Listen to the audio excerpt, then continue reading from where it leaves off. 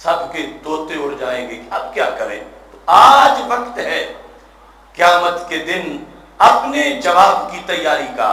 اور آج وقت ہے ان مظلوموں کی مدد کے لحاظ سے جو ان مظلوموں کا ہم پہ حق ہے، اس حق کو دور کرنے کے لحاظ سے، ادا کرنے کے لحاظ سے۔ ایسی صورتحال میں یعنی ہم یہ دیکھ چکے ہیں جو جہاد اسلامی کی شرطیں ہیں اور فرائض ہیں، اور اس لحاظ سے یعنی ہمارا دین جس کی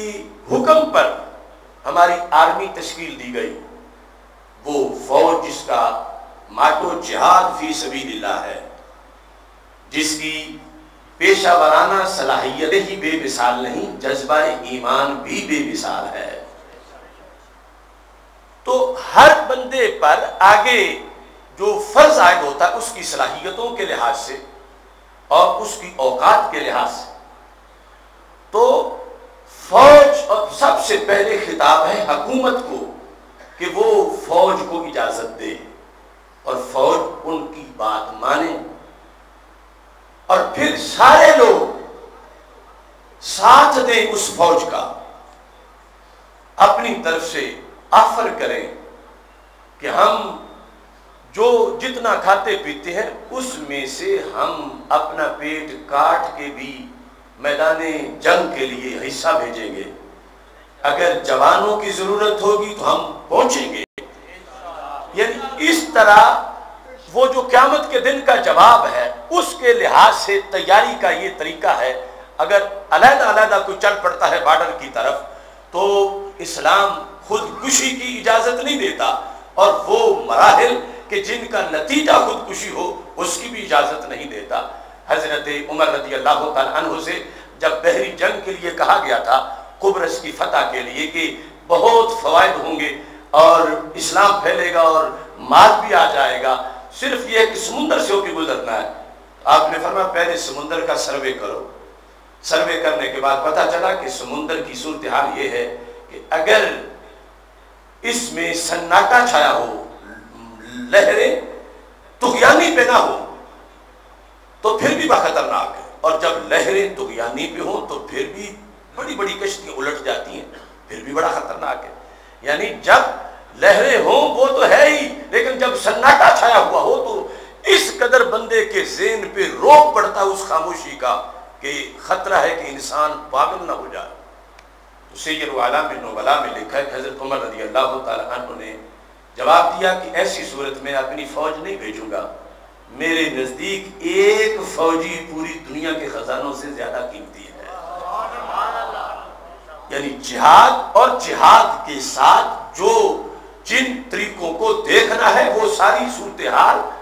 اور وہ اگرچہ تھا اقدامی جہاد، دفاعی نہیں تھا، اور دفاعی پر پھر مزید زیادہ لزوم اور فرضیت ہوتی ہے، لیکن ایسی حالت میں محض جا کر مرنا بغیر کسی فائدے کے جو انہیں پہنچے، جس طرح کے پہلے کچھ تنظیموں نے اس طرح کا دھندا کیا اور نتیجے میں وہ جہاد فساد کی شکل میں نظر آیا، اور غیروں نے اس کو وہ داعش اور طالبان کو دلیل بنا لیا کہ جہاد ہوتا ہی فساد ہے، حالانکہ جہاد امن ہے، اور امن کے قیام کا قرآنی طریقہ ہے۔ وَقَاتِلُونَ حَتَّى لَا تَكُونَ فِتْنَةٌ، اللہ فرماتا اتنا جہاد کرو کہ فتنہ ختم ہو جائے۔ تو جہاد تو فتنہ ختم کرنے کا ذریعہ ہے، نہ کہ فتنہ پھیلانے کا ذریعہ ہے۔ تو اس بنیاد پر یہ آزمائش ہے فرضیت کی ادائیگی کے لیے کہ ضروری ہے کہ حکومت اس کا اعلان کرے، اور فوج اس کے لیے جو اللہ کے فضل سے پہلے ہی ہماری فوج تیار کھڑی ہے اور اجازت کی منتظر ہے، اور پھر ساری امت، چونکہ پیپر مارشل کا صرف فوج کے لیے نہیں ہم سب کے لیے بھی ہے، لیکن چونکہ ہم کچھ حصہ اپنا پیشگی ادا کر رہے ہیں اپنے ٹیکسز سے، جو تعاون ہے اس فوج کی تنخواہوں کے لحاظ سے یا جس لحاظ سے، تو وہ ہمارا پہلے ادا ہو رہا ہے، لیکن جب یہ عین فرضیت ہوگی تو پھر ہمیں لازم ہے کہ ہم اپنے آپ کو پیش کریں، ان کے لیے اعلان کر دیں کہ جان کی ضرورت ہوگی تو ہم جان دینے کے لیے حاضر ہوں گے، ہم پیچھے نہیں ہٹیں گے، یعنی ایسا اعلان کہ جس کے اندر کوئی دکھلاوا نہ ہو،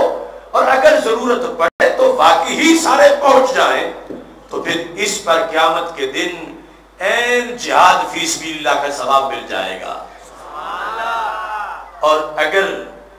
بچا بچا کے اپنے آپ کو رکھیں تو ہمارے آقا علیہ السلام فرماتے ہیں من مات ولم یغزو ولم یحدث بی نفسہ مات علی شعبۃ من النفاق، جو بندہ مر گیا اس حالت میں کہ اس نے زندگی بھر جہاد نہیں کیا تھا، اور جہاد کی اپنے دل سے مشاورت بھی نہیں کی تھی، اپنے دل سے کبھی مشورہ بھی نہیں کیا تھا کہ میں جہاد پہ جاؤں، عملاً بھی نہیں کیا، مشاورت بھی نہیں کی کہ مشورہ کر کے اپنا کوئی حتمی فیصلہ لوگوں کو سنا دیتا یا اس کو طے کر لیتا، تو سرکار فرماتے ہیں وہ بندہ منافقت کی موت مر جائے گا۔ یعنی اتنا اس پر یہ خدشہ ہوگا کہ اس کا ایمان لٹ جائے۔ تو اس بنیاد پر یہ قرائن ہم ظاہر کرنے کے لیے کہ ہم ان کے ساتھ ہیں، صرف یہاں نعرے تک نہیں، اگر فوج ہمیں چاہے گی سری نگر تک تو سری نگر تک جائیں گے، اگر چاہے گی دلی تک تو دلی تک جائیں گے، اپنی طرف سے اس بات کے اعلان کے لیے کہ آج ایک ریکارڈ تیار ہو رہا ہے اللہ کے دربار میں، وہ بھولتا نہیں، لیکن پھر بھی اس نے ڈیوٹی لگائی ہے فرشتوں کی کہ کس کس نے اپنا نام پیش کیا تھا، اور نام پیش کر کے وہاں جانا تو بات کی بات ہے۔ میں ایک آیت سنا کے آپ کو اپنی بات ختم کرتا ہوں کہ جس طرح مثلا آج ہم مارچ کرنا چاہتے ہیں، تو کتنے لوگ ہوں گے یہ فلسفہ جھاڑنے والے کہ تمہارے یہاں نعرے لگانے سے کیا فائدہ ہوگا، کیا ان کا کرفیو ٹوٹ جائے گا، یہاں